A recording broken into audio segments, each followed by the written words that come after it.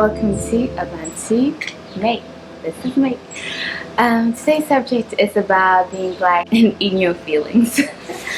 I want to talk about this because just in a way to diversify how we see blackness and also to reflect on how we see ourselves as well, and how we limit our own growth. So sometimes you just need to feel what you feel, and especially if you are black and sensitive. I think that all people have sensitivity. Most people have sensitivities, but when I say black and sensitive, it's those people who are highly sensitive people, and who happen to also be black or African, how you want to describe yourself, and living in communities or families where that is not understood or there's no space for that. Okay, for example, I can maybe go back to my own experience growing up, and I would describe myself as a sensitive person, I feel a lot, and I'm an introvert by nature because I spend a lot of time in my own head. I think a lot about things, different things, and my mind is rich. Like it's a world of itself beyond outside stimulation. Beyond outside stimulation, but also beyond that, like I cry when things get hard. It doesn't mean I'm not gonna get through it, don't get it twisted, but I do cry when things hurt me. I do show signs of what others might consider as weaknesses, you know, but it's only taken me so long, like now at 28, where I feel like it's not something I'm ashamed of. Like for example, when I was younger, right? My sisters, whenever we were watching a movie, like if there was a somewhat sad scene, everyone would start looking at me, and they'll be like, okay, it's gonna happen, and I would start crying, not because of them, but because when I see stuff and it hurts me, and it's not even hurting me, it's hurting someone else, I relate a lot to it, or I empathize a lot with what's happening. Maybe I observe too much of other people's emotions, even people I'm watching on screen, or even people in my own life. Like if somebody comes in with a certain kind of energy, I feel that. If somebody is suffering something internally, I feel I can sense it, and not like in a way of woo-woo, but I feel when things are off. I feel like I'm very aware of atmosphere and how it changes and how it affects me and the people around me. And when I was younger and I'd be watching movies or even commercials, anything that had that tone where it was sad for someone else, it was hard for me to just say, oh, that must be sad for them, like, and I'm okay because it's not happening to me, but it's happening to them. But I would almost take it on me, and I would cry on behalf of them. I think you get what I mean, like what I mean. But luckily I grew up in a house that wasn't so,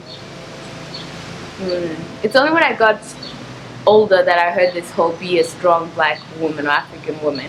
When I was younger, I was fortunate enough maybe to grow up in a house where, I mean, my mom, being the African woman she was, like maybe she didn't understand it fully, but she didn't object to it.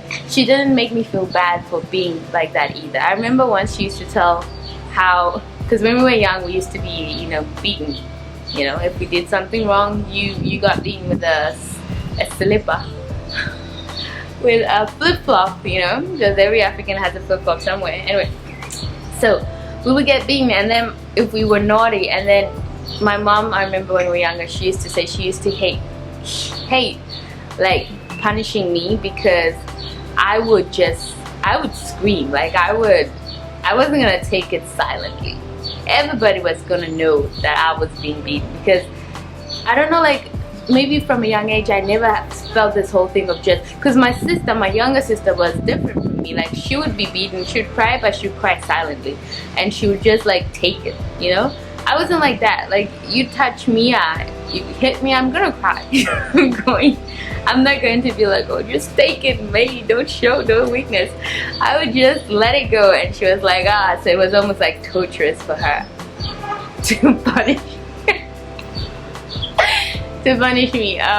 Looking back at that is actually kind of funny, but I mean, thankfully, like my mom, I'm not saying I even agree with this whole punishing your kids in that way, but that's what happened to us. And like my mom said, we turned out alright, even though I don't always agree with that. That's another video to make. Like, do we turn out alright? Do we really turn out alright? Or do we all think because we all had the same experience and we have the same ways of handling, why am I still holding that?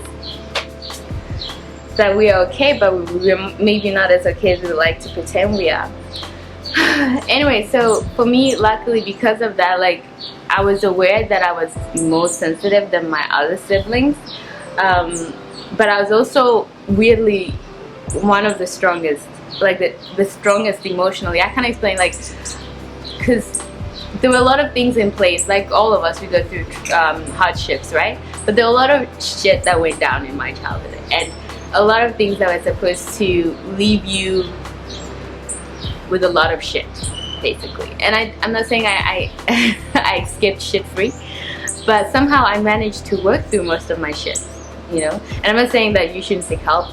I should have found help, I think, but it wasn't in our culture. It wasn't something that my mom was like, oh, you're having a hard time, you look very depressed, you're not eating properly, you're not, you know, like, let's take you somewhere. It wasn't in our culture. It was like, it's a DIY culture, I guess, do it yourself. And I picked that up, and luckily for me it worked, but it doesn't always work for everybody. And so emotionally, I know I am strong, but I show emotion, and I understand emotion, and I take on emotion. But growing up in a house where maybe that wasn't understood, but like I said, it wasn't something that there was a lot of commotion about. I was very fortunate in that sense that I grew up in a home that made space for that, or just was like, that is what made us, you know.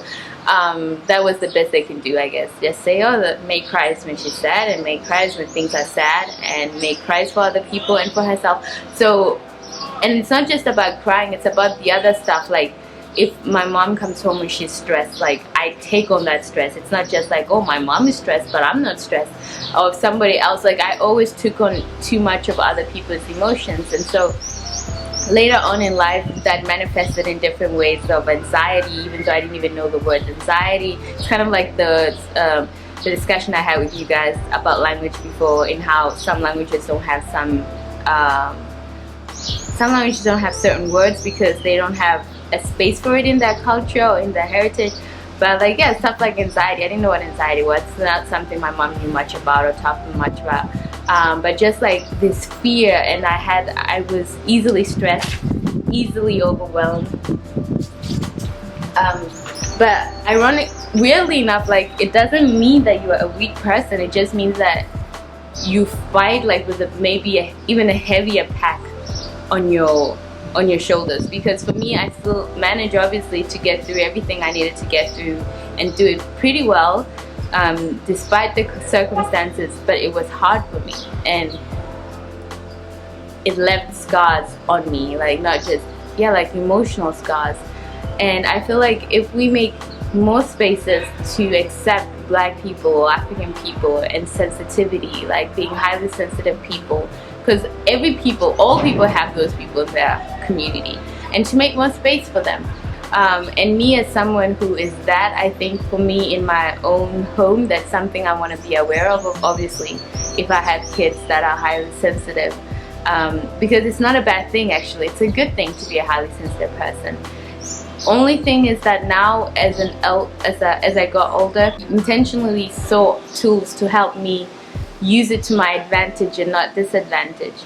So, for example, even learning to detach myself from other people's emotions and not taking on everything that happens around me as, oh my god, this is on me, like, I'm aware of this, I should do something about it, like, if something is wrong, I need to fix it. Because I didn't feel like I could have peace if somebody else didn't have peace around me. Like that, because I would take it on and I'd feel like it was my disease, you know? So that is something I've learned as I've gotten older, how to detach myself from other people's experience, whether on television, or just in real life. When people feel bad, I don't have to feel bad, and I tell myself, okay, maybe that person is feeling bad or stressed, but that is their feelings, and don't hijack their feelings because they have them. Just leave people's shit alone. They feel like that you can support them without taking on their emotions. And that is of course a lot of work, and usually if you have somebody who's more experienced in that or educated in that, it might be better for you, more helpful for you. But for me, I just had to find a way to DIY it. And some people don't even go that far. Maybe they push down that person so much that it explodes. Because I sincerely believe anything you try to ignore within yourself, it's not just sitting there on pause, like frozen in time. It will accumulate, and it will just accumulate like this little darkness within you. And it will find another way to come out, whether it's like you being snappy with your family or friends or kids, or you self-medicating with food, other things to kind of like take you away from what you're really experiencing, or other diseases like heart diseases, which are also very stress related, diabetes. Like, it's all these other things that we think, oh, I just have this. No, maybe it's telling you something about your inner world, and your inner world is not just the biological, but it's also the emotional. What are you feeling inside that you're suppressing? What are you not making space for? And it's having to like just find space anywhere, you know. So I luckily understanding myself and actually saying, you know what, mate, that's actually a good thing that you can feel what you feel. Like, I don't have to pretend I'm happy if I'm not happy. I don't have to pretend I'm okay with something if I'm not okay with something. But in return, when I am happy, when I am generally at ease, at peace, like, that is also something that is authentic then, because I can live authentically throughout all my emotions, and I don't see it as a negative anymore to be the bad side of it. Because people also say that my happiness is contagious and my joy is contagious because I feel wholeheartedly and I share what I'm feeling wholeheartedly. But then the same people sometimes might feel like, okay, when I'm sad or when I'm not feeling it, that they also feel that, because I feel authentically what I feel. Thankfully, I'm mostly like at ease and happy and joyful, but for a long time I was miserable. And I had to be miserable and cry and be depressed. I had to go through all that to come out on the other side. So my advice to you, if you are Black and sensitive and you are finding it hard to, I don't know, navigate it through that identity in the surrounding you have, whether it's your family, your partner, your culture, just know that nobody can feel what you feel inside. And people might say this is the right way to feel about that, or the right way to act when something like this happens. But you cannot live in a world where you're constantly suppressing what you really feel. And that is going to be harmful not only to you, but for the people you love or spend time with, because those things will come out somewhere, somehow, right? Just like my baby sister says, like, when she's a little farter, and we always say, why would you have to fart so loud now, you know? She's like 7, but then she's like, because I have to let it out. If it stays inside, I will hurt, you know? So take some advice on that, like, just for your emotions, that you have to let it out. Like, hopefully you choose somewhere that is intentional, like maybe journaling, or maybe talking to someone you really trust, doing art, dancing, I don't know, whatever you feel, where you are aware of what you're feeling and not hiding from it or avoiding it. Anything you choose in that sense will help you to alleviate those feelings you have, that sensitivity you have, and also to be aware of what you take in, like what music you listen to. I always say stuff like that. Music, television, the people you hang out with, be aware of that. Like, even if it's family members, if people really drag you down, be aware of that. Find ways to take yourself, to find relief from that too. This is so weird. Okay, I'm holding this thing and it's like a pasty, but it fell out. So I'm holding it in my hand. Oh my god, because I can't put it there because then somebody might see it there. Okay. So that's what I wanted to share with you guys. Like, Black and sensitive, we are here, we exist, and we are living, we're thriving. Yes, we cry sometimes, but then we get on with life, you know? And there's nothing wrong with that. It doesn't make me any less of a Black woman. I'm not gonna say a strong Black woman, because I am just what I am. I don't need to be a strong black woman. You can still be who you are, and someone you can respect and love, and someone who's authentic to your soul, and still not be a weak person. You know, you can still show emotions. It doesn't make you not strong. Actually, I think if you know what you feel, you can actually inspire other people who are hiding from their emotions to bring them out more. Like in my family, I am like, because I'm the sensitive one, I feel like I have inspired more of my family members.